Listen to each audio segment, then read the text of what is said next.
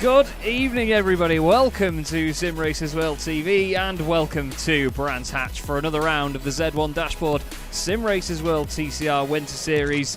My name is Chaz Draycott, and joining me in the commentary box, as ever, is the wonderful Peter MacKay. Peter, how are we doing, mate? We're getting to the end of the season now, aren't we? And to be honest, it's gone very quick.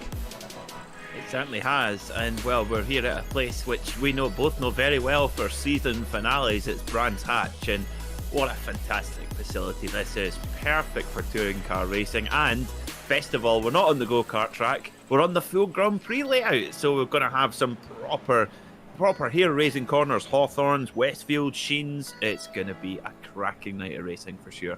It really is. Brands Hatch always offers itself up to fantastic touring car racing, and as you alluded to there, many a time has the British Touring Car Championship closed its curtains at this circuit at the end of a season. I think we're going to have a belter here as well, but don't forget, Donington Park National next week as well will be the round that concludes this series. But still, before we get there, we've got to go through what is going on here and now. So the drivers are just out in practice at the moment, and at the moment, really, it's just a case of see what the track's doing, see how the car's behaving, and it looks like we've got some slightly low-lit conditions here as well, Peter, so it could make for some interesting track temperatures. Yeah, indeed it will do. And well, will it be a bit like we saw with the British Touring Car Championship this season, where it's starting to get dark by the end of the meeting as well? So yeah, it's going to be all the drivers, of course, out at the moment, and I tell you what, they'll be glad that it's not the Indy layout where you can see the drivers will go straight on here rather than turning left at Surtees. But so there's a little bit more room because the drivers are actually, as you can see, in a group qualifying session. So clear track, very important to lay down that perfect qualifying lap. And if it's on the Indy circuit, well, empty track just doesn't exist when everyone's out in qualifying. Yeah, it's very true. You only get one car's length of circuit, really, if you've got a grid as big as this as well. Just a quick look at the championships. It's understandable that Corentin Guinez leads the way overall at the moment, and in the precision class. If you're wondering what the little colours are, that'll be, no, not that, it's those at the top. You've got your different classes: precision, consistency and academy. Corentin Guinez leads that at the moment, 536 points to Bram van Putten on 509, then Damien Owen Harris 476. Pretty certain that Corentin Guinez could get one hand on the trophy tonight if he doesn't have already. In the consistency class, which is the middle class, as we'll call it, it's actually Paul King that is leading that one at the moment for Ignium Motorsport. And he's ahead of Ashley Gaffall, another Ignium car, the number 85 machine. There's only 6 points between those two, and then 6 further points back to Anton Dupin. So that is all up for grabs at the moment. And then in the Academy class, it is Daniele Giudici for SimStickers Racing on 193 points ahead of Niles de Kuiper, who has sneaked up there, to be honest, Peter. He's on 154 points, so a bit of work to do to catch Daniele, but we've not seen too much of Niles this season, but to be honest, it's a good job to be up there second in his class. Yeah, he's doing a great job, and of course running a close replica to a real-world TCR car which runs this particular livery. I think, is this the one where there's a Simracersworld logo on the back of it? I think there might be. As long as there's not a Chaz Draycott Media logo behind it, that's then it'll be fine. But yeah, absolutely, yeah. So it's it's certainly done a cracking job so far. But as we know, 3 races around Brands Hatch can shake up the order completely. Of course, who could forget when, you know, it looked like Colin Turkington came into the championship in 2019, into the final round of the championship as kind of odds-on winner to win the championship, and come the start of race 3, all of a sudden he was right up against it, and then looked like Dan Camish was going to win the title, then his brakes failed, and then Turkington won it anyway. So it can swing back and forward, and I don't know what it is about this place, but it just seems, both in the British Superbike Championship as well, it just seems to throw up unpredictable results in races.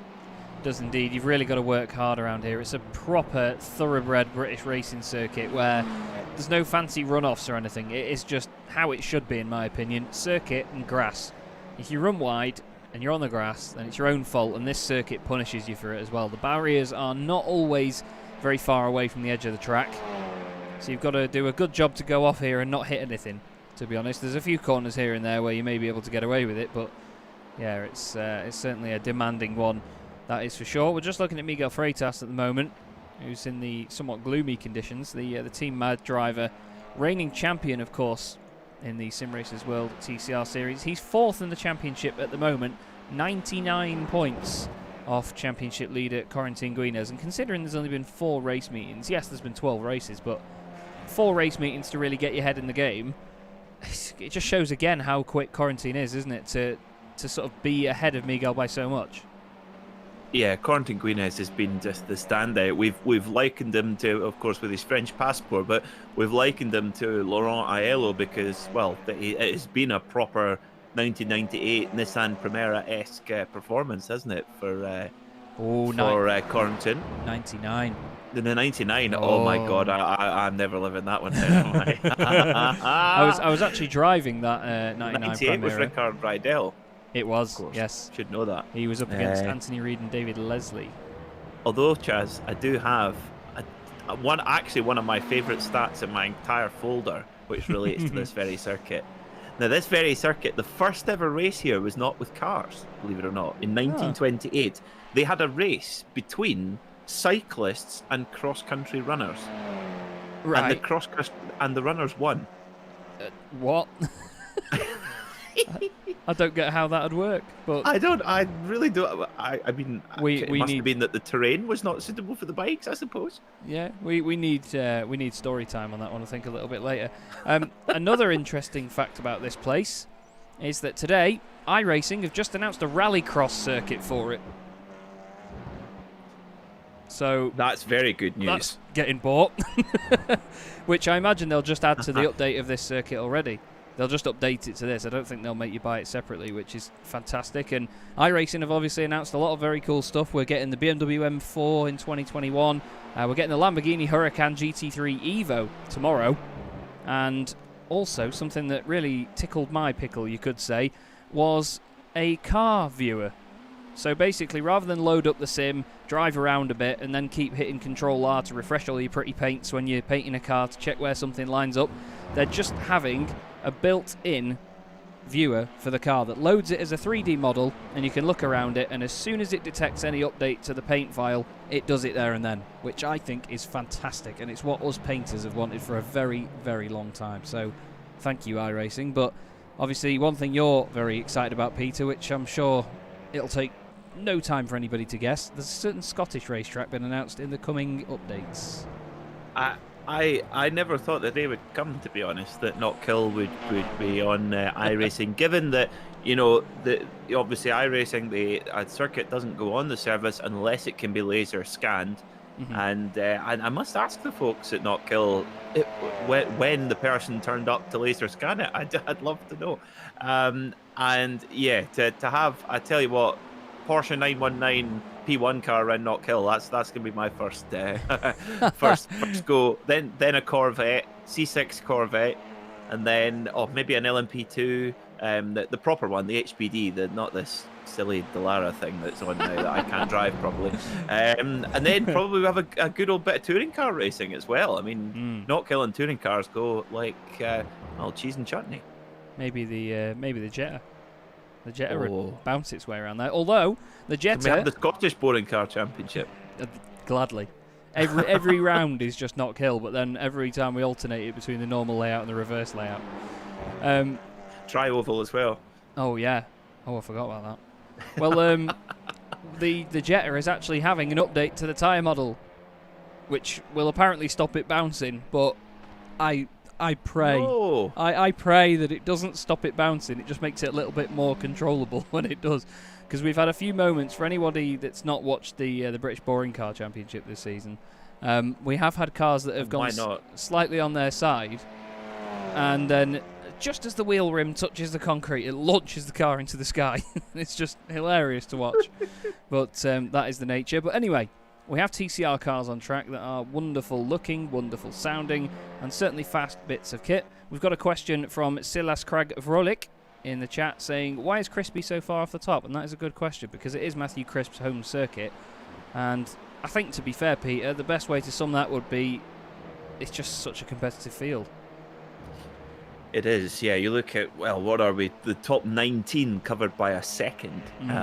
Probably tells you all you need to know. And Matthew Crisp currently in 8th place. I think I think that's pretty good. I think if you're in the first couple of rows, you're he'll be on row 4 with that provisional time right now. So I think he can be pretty happy with that so far. But yeah, Corentin Guina is 27 thousandths of a second ahead of Damien Harris, with Matthias de Tige 59 thousandths. Miguel Freitas just a 10th off in 4th. So it's certainly competitive. Now, where is Bram van Putten? Do we have a Bram?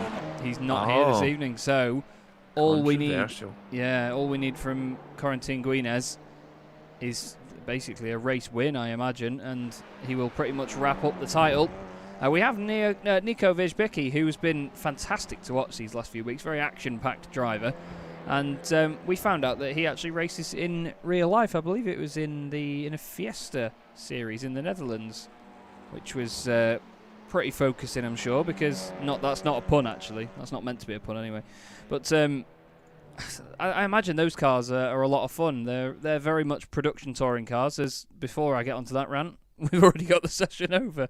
These things fly by, don't they? Peter, would you do the honours and take us through the grid, please, mate? You aren't going to refer to a homologation special touring car that won the championship this year. Corentin Guinez on pole position with Damien Harris in 2nd spot. Matthias de Tige starts from 3rd with Miguel Freitas. 4th, Fraser Smith was 5th with Matthew Crisp starting from 6th. Ben Thanes will start on the 4th row of the grid alongside Norbert Leitner, followed by Mark Woodhouse, Chris Wood, Naveen Hussain, and Keanu Bourguignon.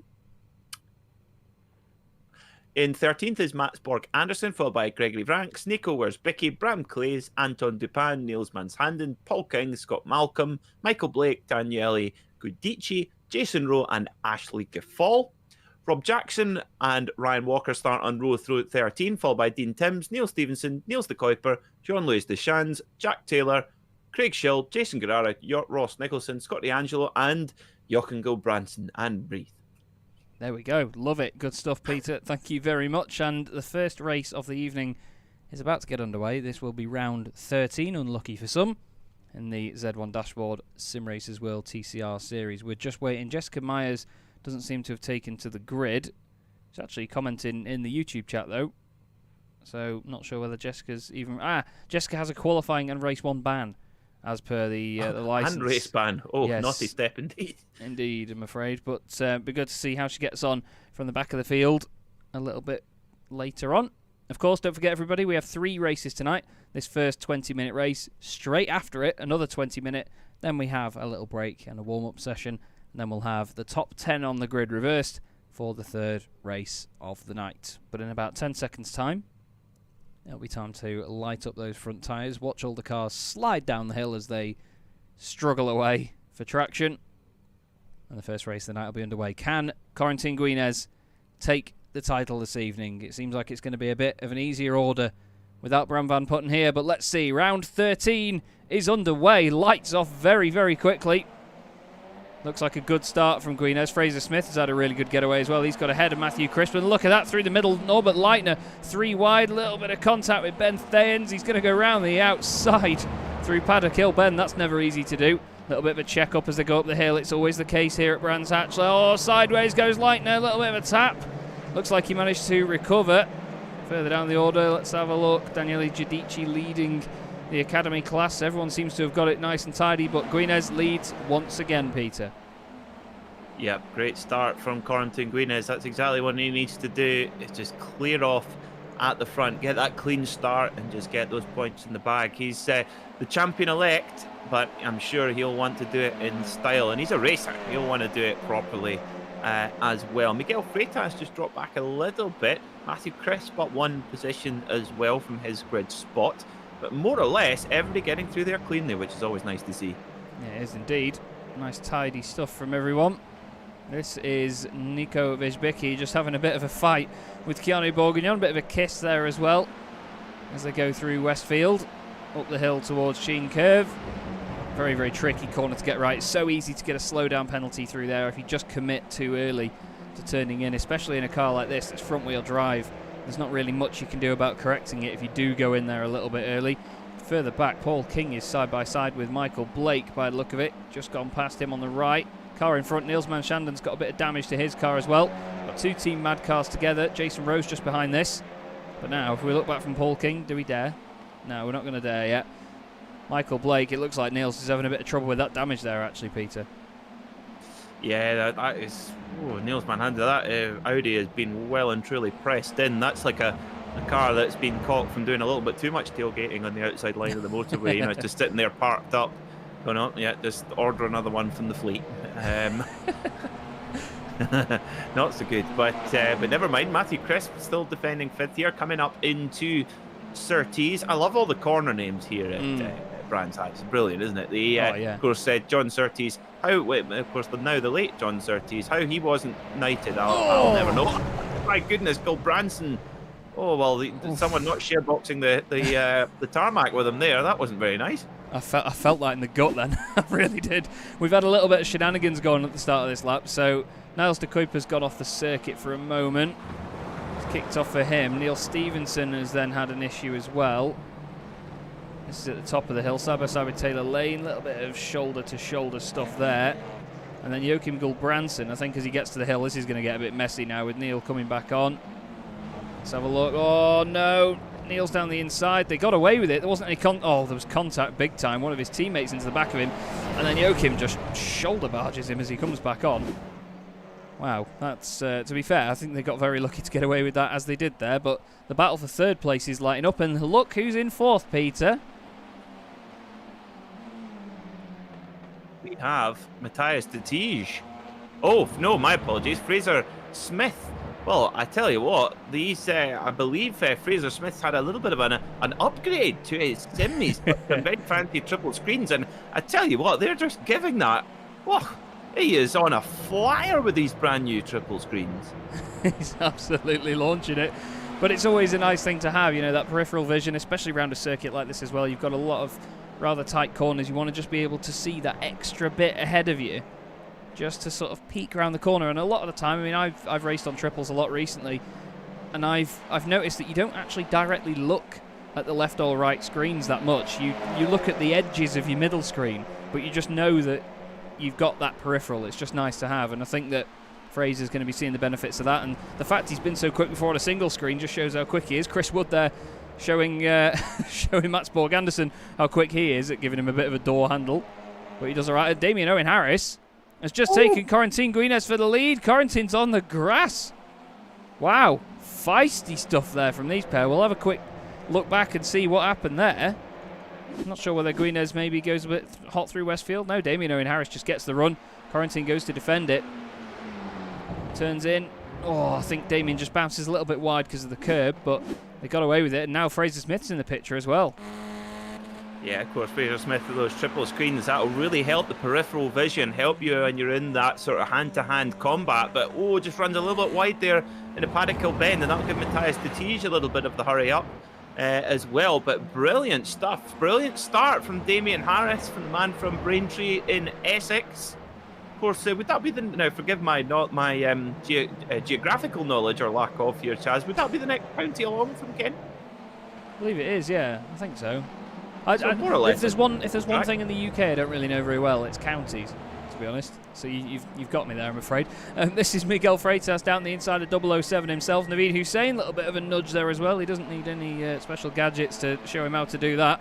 Alongside him goes Norbert Leitner, the Hungarian. Is hungry for positions, you could say. He goes through now, chasing down Miguel. Maybe wants a bit of a glass of wine to wash it down with as he chases him up through Hawthorns.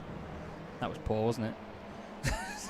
We should explain, folks. Miguel Freitas is from Porto, which the wonderful port wine has been having. So anyone with a little bit of mild onset of gout will know exactly what port wine is all about. Looks like Mats Borg Anderson's been on the wine as well. He's got gout in his brake foot. Oh, a little bit of a contact there as well. Oh, Paul King had to get right on the brakes there, and now he's trying to find the gap in the middle. Don't do it, sunshine. He's got Scott Malcolm just on the outside, Mats Borg Anderson on the inside. Michael Blake's got the best seat in the house for this one. Scott around the outside, tries to get the run. Fantastic racing once again in the middle here in this wonderful series. We'll show you the class leaders at the top of your screen. But your race leader, though, overall, Damien Owen Harris, doing a fine job at the moment. A little bit further back, one of the newcomers to the series from McDonald's Sim Racing Belgium is Jean-Louis Deschamps, and he's showing us just how to do it. Not quite sure if he's bad at bat loving it or not, but he's doing a wonderful job. Of course, that team in aid of the, I believe it's the is it the Ronald McDonald Foundation, or is it just called the McDonald's Foundation? I can't remember. Correct. It's yes, in aid. Absolutely, and hopefully he'll be looking to make up a McFlurry of positions here. I'll kill him McFlurry. Now, the reason why, so good. I remember just a second ago, I was just leaping out my chair there. I think it was Nasser Hussein. Was it? I think, yes, who got I think he actually got all 4 wheels off the curb at Paddock Hill Bend. That's gonna, you talk about, you're a bit of a cinematographer, Chaz. That's one for you to go back and get a bit of a Christmas card photo with.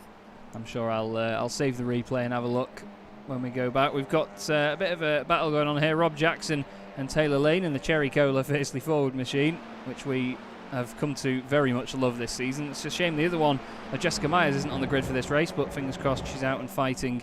Of course she'll be fighting. Yeah, the Corgi-mobile, yes. It's in the kennel. Oh, bang! That wasn't in the kennel, but what a save. Look at that. It helped him through Stirlings, if anything. Now Ryan Walker's in a fight with Ross Nicholson behind as well. This is getting feisty further down the order, and this is the thing. A lot of the time on these broadcasts, you don't always catch this great racing further down the order if the lead is changing, and the battles up there are great, but this is what we want to see. Ryan Walker side by side with Rob Jackson. Headlights on one, no headlights on the other. He's had a bit of damage on the front. Rob's on the outside now. Loses the place by the look of it. Now what can Ross Nicholson do just behind him? Can he get a run up the hill? Looks down the inside of Druids. He's later on the brakes as well, but Rob says no, closes the door. Yeah, just closed the door up just in time there in the very bright blue Eiffel 65, I mean Oceana coffee machine. That's a 90s reference for you all. Was it Eiffel 65 who were like, I'm blue? I think so. Nine. Was it? I think I can so. never. This is one thing I can never. I have a blue remember. house with a blue window. Well, someone who's not going to want to look out his windows right now, especially his mirror, is Damien Harris, because he's in the lead of the race. We keep saying that he's one of those under the radar drivers. He's always been there in the top 4 this season, and now he's on for a race win if he can hold off Corentin Guinez, but they're not halfway through yet, so tyre life will not be a concern at this point. But they've got to think about conserving them for later now. Fraser Smith just behind on his new triples. We'll go on board with Fraser for a moment and just see what this fight looks like. And when you're on board with these cars, it looks a lot quicker, doesn't it? Yeah, and you just want to just grab that. How fun does that gear shifter look? You just want to pull it back and push it forward in the proper touring car gear shifter. I tell you what, one of the great things about having the triple screens, which Fraser's very wisely invested in, is that I guess when you're driving, if you go to overtake somebody and you drive alongside them, you'll be able to give them the finger on the way past. Yeah, yeah, you can do that. I won't lie. I'd be lying if I said I didn't literally do that to my friend Dan today as we were racing around in a different sim. I might have to correct you here, mate, because I've just remembered that these Audis, they're actually flappy paddles. How boring's that? That's, I know. You want a massive shifter like that. Because I never realised until... Is that the handbrake then? It may actually be the brake bias lever. Like the Aussie supercars have, but either way, boring, make it a shifter. But I only realised recently as well how the shifters on the old Super Tourids worked, because they didn't have a huge stick that stuck into the floor of the car. It was like this small carbon fibre square that was just off the side of the steering column, and they just either pulled it backwards or forwards, because I always wondered how they had their hands so close to the wheel when they changed up or down gears. But I saw a picture of the Volvo, and it's literally like a cube of carbon fibre next to the wheel that they just push back and forward. It's very odd. But these drivers don't have to worry about any of that. Fancy little flappy paddles on the DSG gearboxes on these Audis. Yeah, there's a word I have to describe them, but it's not fit for broadcast, unfortunately. I'll tell you after. I'll tell you afterwards. But yeah, it's not my cup of tea at all. If actually the British touring cars still to this day have that kind of close thing. You look at some of the cars have really, some of the teams have worked really hard to get the gear shifter as close to the steering wheel as possible. And in fact, when you're building a kind of one-off special, like certain teams have this year quite successfully, you can do things like that. That's very interesting. It's always nice to know, just in case I do build a touring car one day. Ben Thanes has got a bit of a train. Well, I'll say Ben Thanes. Matthew Crisp has got a bit of a train right behind him here, which involves Ben Thanes, Miguel Freitas, Norbert Leitner, and Naveed Hussain at the back of this one. He's got the best view in the house, as he can see everybody in front of him, and this will look great as well as they go up out of Pilgrim's Drop up towards Hawthorne. Love this part of the circuit. It's such a tricky corner to get right, especially in front-wheel drive cars. And that's the thing around Brands Hatch. All the corners just feel like they just get away from you every time you go through them. When you hook up a lap here, boy, it feels good, doesn't it? Oh, it's so special. Yeah, it really is. And named after some of the proper British legends as well. I mean, Mike Hawthorne, he was a bit of a boy, was Mike. Our Britain's first world champion in 1958, a Le Mans winner in 1955. But best of all, he always wore a bow tie underneath his racing overalls. What a cool dude. Yes, love that. Love that sort of stuff. There's a touring car documentary called Touring Car Legends, and in the first, it's brilliant, isn't it? Yeah, the first episode you've got the heroic Jack Sears as well. That was heroic from Ben Thanes. Oh, that wasn't so heroic. Shoulder barges Matthew Crisp out of the way. Gives the wall a bit of a kiss on the way through. Oh, I'm not sure what to think of that one. We'll have to have a look back. So Ben's down the inside. Oh, he's just lost the rear end, and then he touches the grass, pitches the car to the left. Norbert Leitner has to get out of it. Naveed Hussain, I don't think, went through from that, but that's such a shame there for Matthew Crisp. And hopefully we see Ben Thanes give it back, but he has actually. Yeah, he has. Look, he's just behind him now. Chris Wood's gone through, so that's, again, nice of Ben Thanes. I think we've seen him give a position back already this season, haven't we? Oh, he's a great sportsman, is Ben Thanes. I mean, to be honest, we normally see him clearing off at the front. He's very, very fast in a GT car. We saw him doing incredibly well in the Simracersworld GT Evo series, just not long finished. And but in a touring car, it's a completely different ball game. A little bit of rubbing and barging is very much par for the course, as he's now trying to get past Chris Wood in the one of the Team Mad cars. But look at this little leading trio. It just seems, well, almost seems like Fraser Smith. He's kind of taken up the mantle of Bram Van Putten here. This kind of 3-car breakaway, which Damien Harris has always been in. Obviously, Corentin Guinez has always been in, but Fraser, I tell you what, those triple screens, they are making him quick. Well, to be fair, I think it does give you a bit of an advantage when you don't feel like you're in an enclosed space looking at a small screen. When you've got this wide open peripheral vision, it really just can help your confidence in turning in, knowing what's going on around you. And he's set the fastest lap of the race on the previous one. Nico Versbicky's done his fastest lap of the race as well at 1:32.461. Scott Malcolm does his. Bram Class is leading, well, his class at the moment. And Daniele Giudici, current championship leader in academy class, is leading his. He's the class of the field. Love it. Love it. Absolutely love it. Well, I can't believe it. I think that might be a fresh one, actually, Chaz, for once for us. It might be, actually. I don't think I've come out with that one. Well, if you had that on your bingo card, everybody, tick it off, because there's another belter from this sort of combined factory of puns that we've become. Love it. Well, Damien, the Punnage Warehouse. Oh, heck. I should explain. A dunnage warehouse is where they keep whiskey casks to mature. So we could call it the punnage warehouse. I'll go with that. I like that. We could get you drinking other things rather than that bubble bath rubbish that you normally drink. You managed to somehow squeeze that in there, flipping it. So, someone that's going to be hoping to squeeze something in somewhere. No, Corentin Guinez is going to be trying to get that Audi in front of Damien Harris's at the moment. But it just seems like Damien's got that pace to lead, and this is one of the more challenging things within sim racing, I think, is when you're leading against drivers that are so quick like this, it's not crumbling under pressure, and because you're in a very different environment, I think it's easier to do. But Damien, to be fair, this is probably one of the first times we've actually seen him try to properly defend. Now Fraser Smith's going to go to the inside of Corentin. Needs to be careful and think about his championship here. Obviously no Bram Van Putten here this evening, so doesn't need to worry about that, but still needs good points to clinch it here today. Somehow stays in second place, but this is what Damien wants now. He wants to back Guinez up into Smith, doesn't he? So they start fighting and Damien can get away. Yeah, I mean, I think that right now he's just thinking survival there. I mean, he was really having to place the car very strategically going through Paddock Hill Bend, and it was a brilliant onboard there with Guinez because, I mean, you're just going off the end of a cliff at Paddock Hill Bend, and he actually just ran a bit into the gravel. He's using every last bit of tarmac and more. And look at this, Guinez really through the fast stuff here, through Hawthorns, Westfield, Dingledale. He's really, really impressive. And I think he's just lining this one up as they go through Stirlings and down towards Clark Curve. I think he's just lining this one up. But Brands Hatch, it's not entirely straightforward to overtake. We always see overtaking, but you have to, shall we say, force the issue to make a move. Yeah, you do, and the thing is, when you make a move around here, you risk slowing both of you up. If there's a car behind you, it's easily one of the best places in the world to try and take advantage of a battle ahead. So Fraser Smith's in a good place here. Oh, we were inside the other car then. I think there was a touch on Damien Owen Harris's car. Guinez goes through.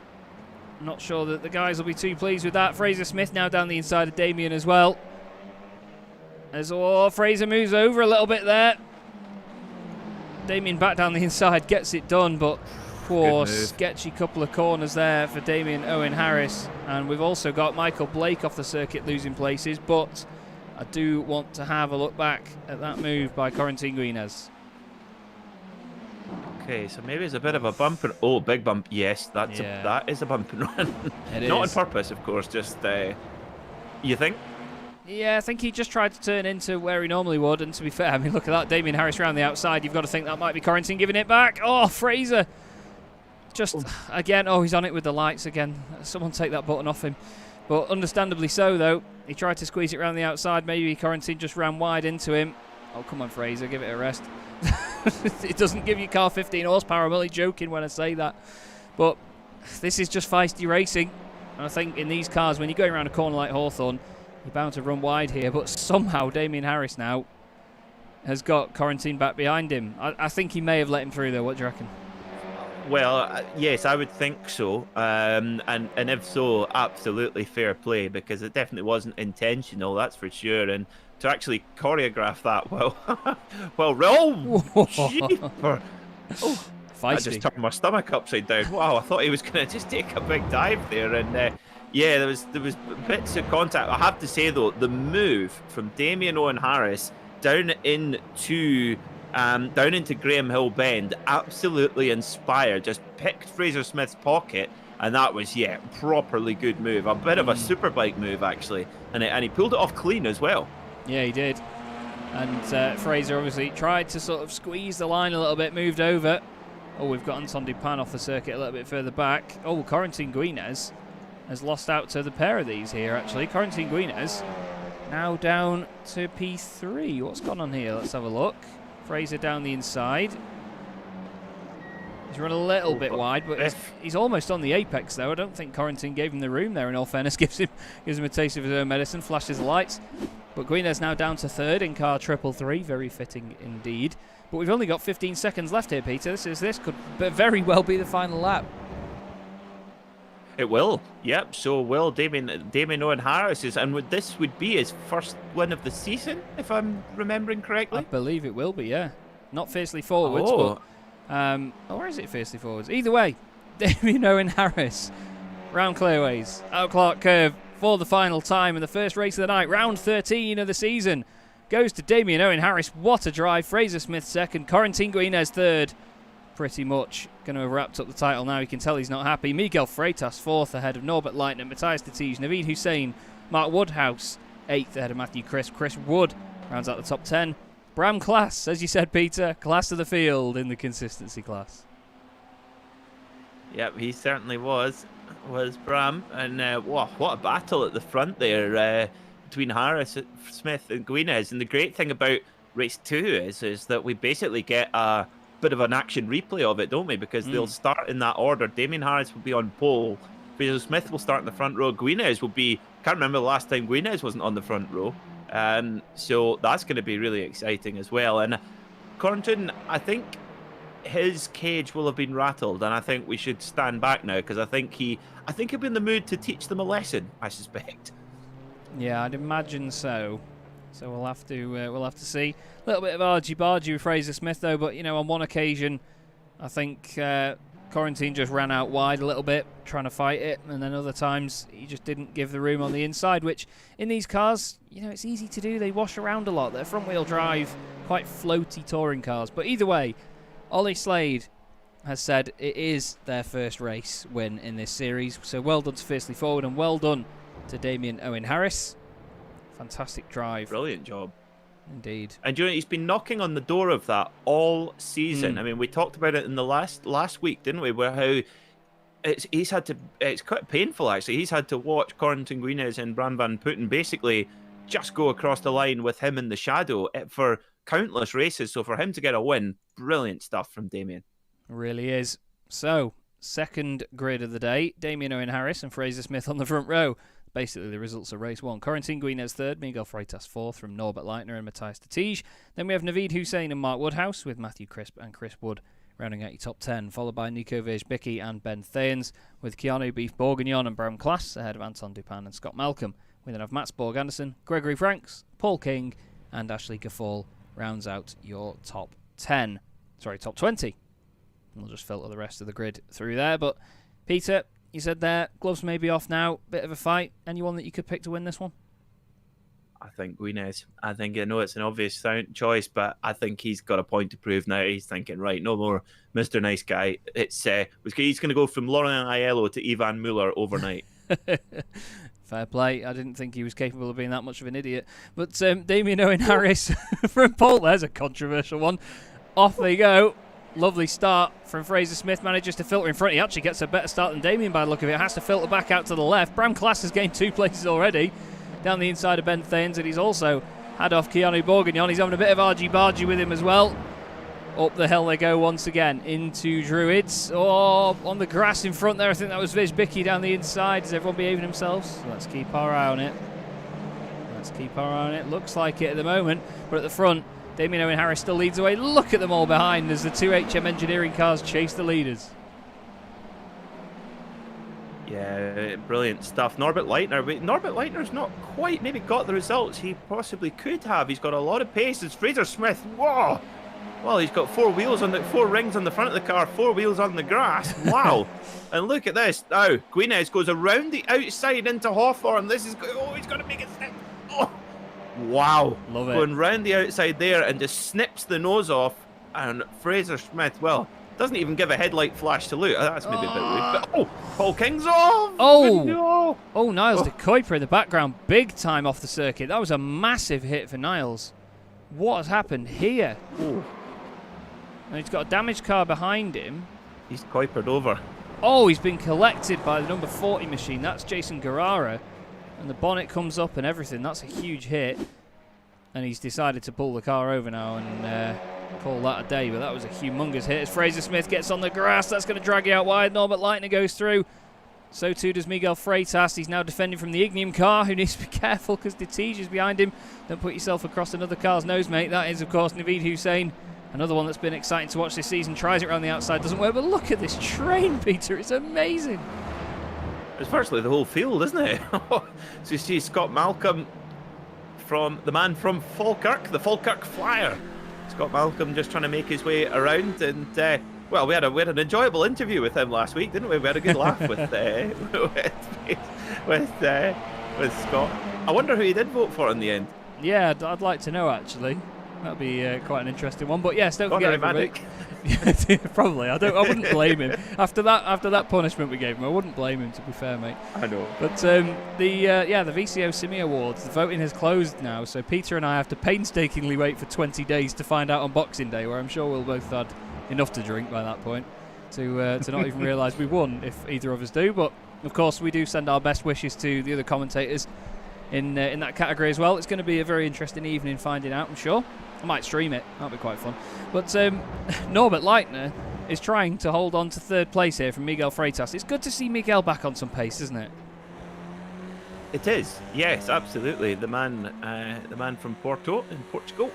Of course, yeah, trying to make his move here on Norbert Leitner, and whoa, just look at that detail on the back of that HM Engineering Audi. Wonderful stuff. I like that.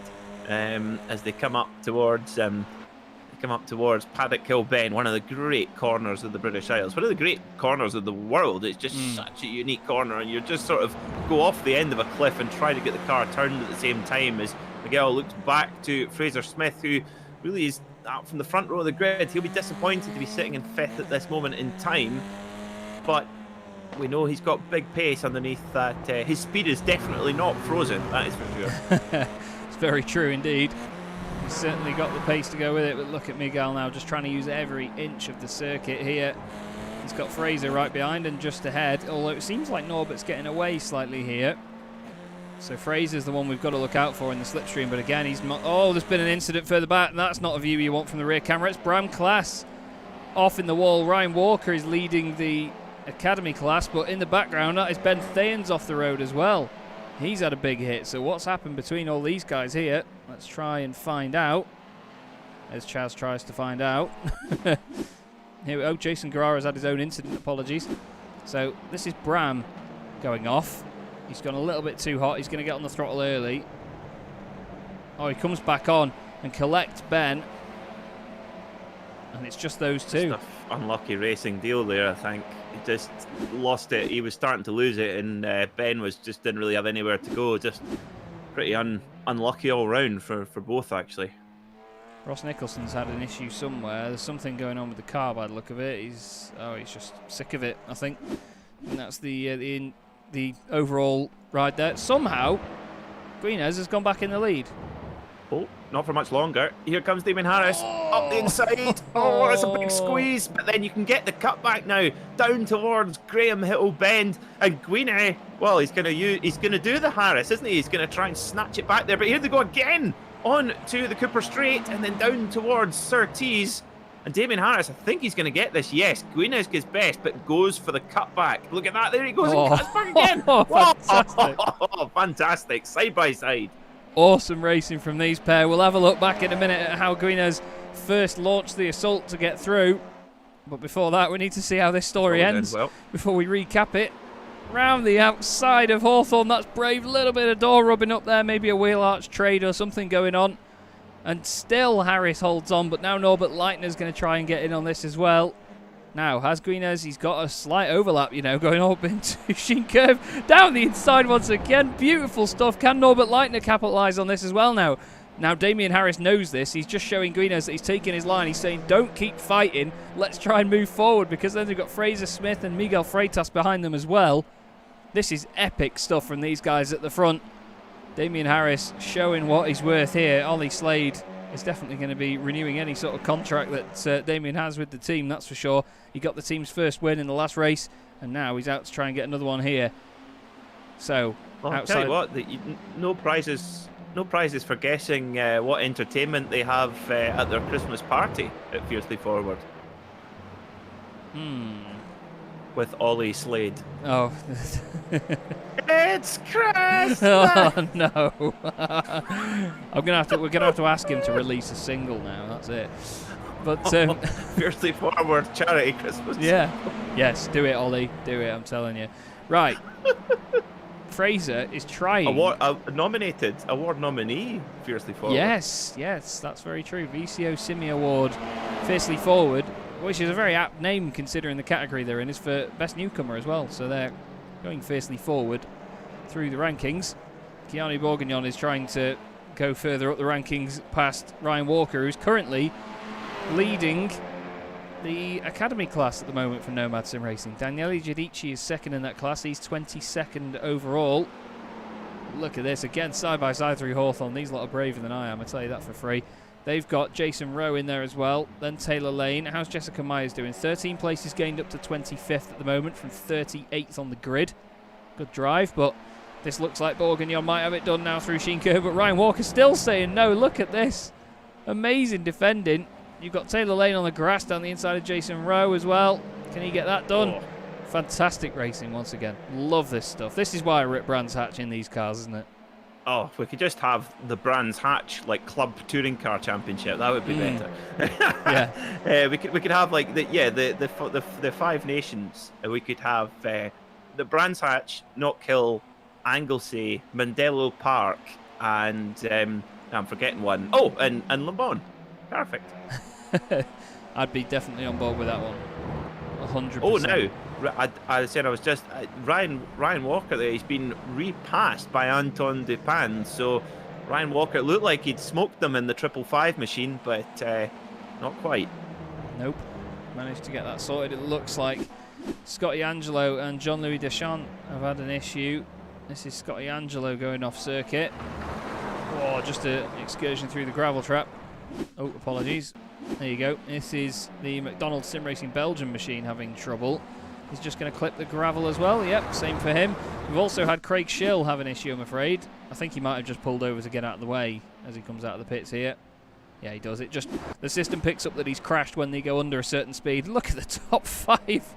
Amazing. They're still together. And then they've got, of course, Naveed Hussein as well, just in the background, chasing him away. Gregory Vranks has gone off in the background and lost a place or two, but wow, this top 5 here with Miguel Freitas at the back of it, this is epic stuff. It is fantastic. Here goes Miguel. He goes to go through the port. Oh my goodness me. Down towards Paddock Hill Bend they go. I think he's going to get this, but Fraser, is he going to try and hang it around the outside? That's a big ask. Oh, Miguel shuts the door. Where's Fraser Smith? He'll know from his triple screens. Oh, down he goes towards Druids. Oh, brilliant stuff. Proper touring car racing, and Miguel Freitas just about holds on to it. Fraser Smith's bouncing all over the grass. Goodness me. And all the while, Corentin Guinet, he's actually got a rear gunner in Norbert Leitner, who really Damien Harris's attention is going to be more taken up with Norbert Leitner now in third than Guinet's ahead. Yeah, as they both use most of the circuit and the rest of the countryside here surrounding Brands Hatch. I just want to point out as well, Scott Malcolm is leading your consistency class at the moment with his teammate Michael Blake behind in 15th place overall. Then you've got Anton Dupin and Ashley Gaffal, who are nearly side by side down towards Pilgrim's Drop. The Ignium car just slotting in behind him there. We've had Jason Guerrara have an issue further back for Simtech Racing. What's gone on here? Oh, he's gone down the inside a little bit hot there. Oh, he's going to straight line it and into the barrier. It's easy to do that though, turning in too early at Paddock Hill Bend. If I had a quid. Yeah, the curb hopping there, it's all too tempting, isn't it? It's such a thread the eye of the needle along there. You just can't imagine what that must have been like in, a late 70s F1 car. Imagine that in a Lotus 79. Oh. Yes. Just hang on for dear life as well. And look at that. Look at Guinet is taking a lot of inside curb there as well. So even the best do it, Chaz. So don't worry. I'll have to remember that. I will try it in the Lotus at some point, I'm sure. But I mean, this car eats curbs. They do it pretty well, to be fair, as touring cars are built to. They're proper tanks of racing cars, aren't they? Joachim Gulbrandsen's gone off. He's going to be ringing 911 if he goes any further into the gravel. There goes the Corgi Babil. Oh, yep, just ahead as well. Jessica Myers up 16 places now to 22nd. So a good drive so far. Let's try and salvage some points after having a qualifying ban. Miguel Freitas, by the way, he started 4th and he's currently 4th, while all the cars around him have moved and swapped and changed. He's one of these drivers that's just so consistent, he's staying in the same place. But this top 5 is just... The battles keep developing, don't they? You keep getting one and then the other. As Vij Bicky's fighting hard with Matthijs de Tige. round the outside. The two of them wobble their way through Westfield. Chris Wood tries to put the pressure on. Matthew Crisp is there as well. It's his home circuit, so he's hoping for better around here. But he's in 8th place, which will mean 3rd on the grid for the final race. These guys need to be careful about that, don't they? Yep, they do. That's the big reverse grid spot that you're really important to keep an eye on that and bear that in mind. I say Matthew Crisp, that was a great move. We've seen quite a few moves into Sheen Curve, the kind of block pass maneuver, and you can actually take quite a lot of inside curb there as well without triggering an off track. So yeah, we've seen a few drivers taking advantage of that, but where a bit of circuit knowledge comes in handy. As Norbert Leitner puts in his fastest lap of the race, as Niels van Hansen, what has happened to him? He's got a daytime running light out. Yeah, he's already had it out here as well. Is he just going to... Oh, he gets a shove from Jean-Louis Deschamps. And unfortunately, that's dropped him down a bit further. And, well, it's probably angered him somewhat. And, yeah, into the pits he goes. It's a real shame, but... Back again we are with Miguel Freitas looking at Fraser Smith. Fraser's just not letting this slide at all. Constant pressure from Fraser. Awesome stuff. But still just not quite with the advantage to get through, is he? Not quite, no, but he's a tenacious competitor, is Fraser. And yeah, you can see, look, they're just edging a little bit closer down Dingledale they go then and up towards Sheen Curve. Is he going to try this move?